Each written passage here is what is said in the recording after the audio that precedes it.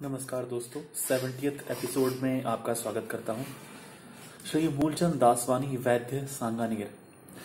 मेरी सत्संग व अन्य संतों की और रुचि तो काफी समय से थी। सवाई माधोपुर में रहते हुए रोज एक महात्मा के पास 2 घंटे जाता था तथा सत्संग में बेहद उत्साह से शामिल होता था। उस संगत का मुझे यह असर हुआ कि मैं अर्ध साधु बन गया, अर्थात वैरागी बनकर घर परिवार व व्यापार की ओर कम ध्यान देने लगा। उस अवस्था में करीब 14 वर्ष पूर्व जयपुर गया, जहां स्वामी लीलाशाह महाराज जी के बारे में सुनकर भाई दासूपाल के साथ दुर्गापुर जयपुर उनके दर्शन करने हेतु गया। लगभग पूरा दिन इंतजार करने के बाद उनके दर्शन नसीब हुए। उस पहली मुलाकात में उनके दर्शन करके मानो मेरा जीवन कृतार्थ हो गया था।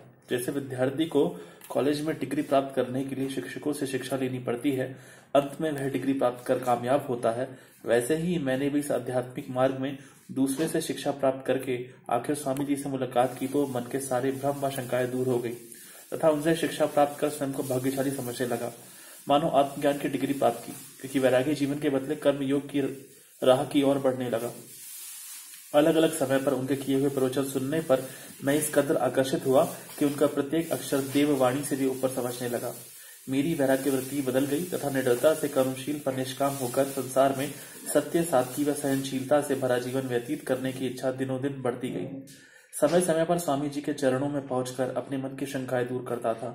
अनगिनत लोगों की भीड़ में उनके द्वारा लोगों को दी गई हिदायतें काफी उपयोगी सिद्ध होती हुई देखी थी।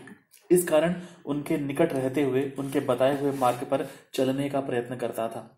दूसरा, स्वामी जी को अक्सर देखता था कि वे अकेले ही रटन करते थे। रटन यानी कि यात्रा करना। कभी किसी और तो कभी किसी और नजर आते थे। वे तृतीय श्रेणी में यात्रा करते थे, यानी कि 3rd क्लास, जिसको हम पैसेंजर ट्रेन भी कहते हैं। अपने साथ एक 1.5 मन की गठड़ियां लेते थे जिसमें पुस्तक होती थी।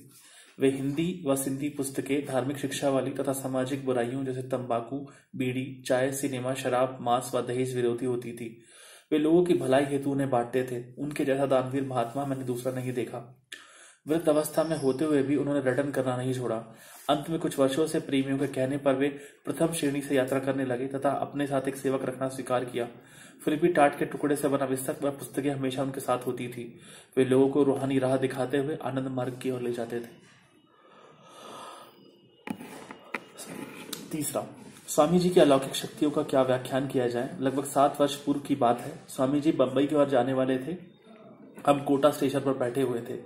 प्रेमियों के आग्रह करने पर वहां प्लेटफॉर्म पर ही सत्संग करने लगे। कुछ समय बाद किसी प्रेमी ने कहा कि स्वामी जी सत्संग जल्द समाप्त करें क्योंकि रेलगाड़ी आने ही वाली है, उसका समय हो गया है। इस पर प्रेमी से कहने लगे, भाई चुपचाप बैठकर सत्संग सुन, लीलाशाह 1 घंटा रेल लेट कर देगा। कुछ लोगों ने बोर्ड पर जाकर देखा तो 45 मिनट देरी से आने वाली रेल 55 मिनट देरी से आने के लिए लिखा गया। मैंने उस बात पर ध्यान देकर देखा कि घड़ी के हिसाब से रेल पूरा 1 घंटा देरी से आई। गाड़ी जाने के बाद मैंने इस बात का एहसास मास्टर भोजूमल को करवाया। चौथा, एक बार मकराना राजस्थान में जाना हुआ। एक कपड़ा व्यवसायी सिंधी भाई ने बेहद प्रेम से बिठाकर चाय आदि पिलाते हुए मुझसे पूछा, आप तो स्वामी लीलाशाह महाराज जी के पास जाते हो ना? मैंने कहा हाँ, तथा उससे पूछा कि आपको यह बात कैसे मालूम हुई तथा मुझे कैसे जानते हो?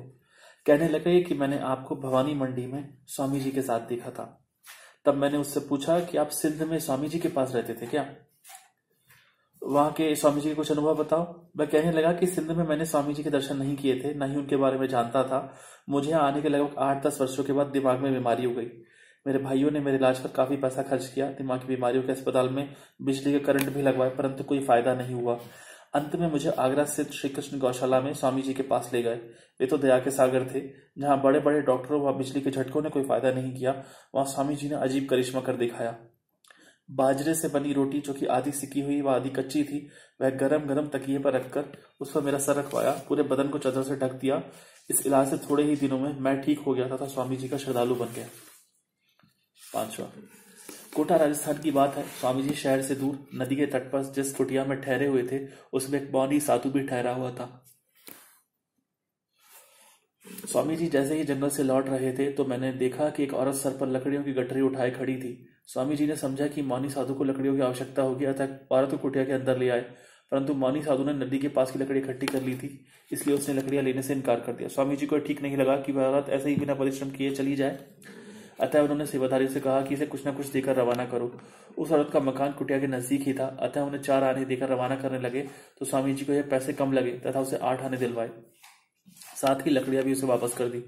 इससे सिद्ध होता है कि स्वामी जी गरीब मजदूरों का भला सोचते थे। उनका कहना था कि मेहनत करने वाले मजदूरों को उनका पूरा हक मिलना चाहिए, यह बड़ा पुण्य है। छठा, निवाई जिला टोंक में हम सिंधियों ने कॉलोनी बनवाने के विचार से एक जमीन खरीदी। उस समय टोंक में सिंधी कलेक्टर था, जो कि दूसरे लोगों के बहकावे में आकर हम सिंधियों को कॉलोनी बनवाने में बाधा पहुंचाने लगा।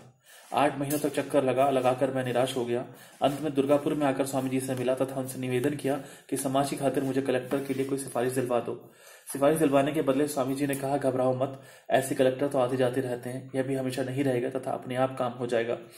मैं ये देखकर दंग रह गया कि 3 महीनों के अंदर ही उस कलेक्टर का तबादला हो गया तथा नए कलेक्टर ने हमें जमीन पर कॉलोनी बनवाने के लिए मंजूरी दे दी। 7वां, मैंने व्यापार के विचार से निवाई छोड़कर टोंक आने का सोचा। मैंने स्वामी जी को नैनीताल पत्र लिखकर आज्ञा देने को कहा, साथ ही आशीर्वाद के लिए भी कहा। उन्हें अपनी तंगहाल गरीबी के बारे में भी लिखा। मेरे सदगुरु ने अपनी जानकारी के अनुसार लिखा कि चुप करके निवाई में ही बैठा रहे, मगर मैं दुनियावी जाल में जकड़ा हुआ उनका कहना न मानकर टोंक चला आया। यहाँ आने पर मेरा व्यापार अच्छा चलने लगा। सोचने लगा कि सदगुरु संत होते हैं, उन्हें हम गृहस्थियों के बारे में क्या पता। परंतु कुछ ही समय में टोंक की सिंधी पंचायत में सेवा कार्य करने लगा।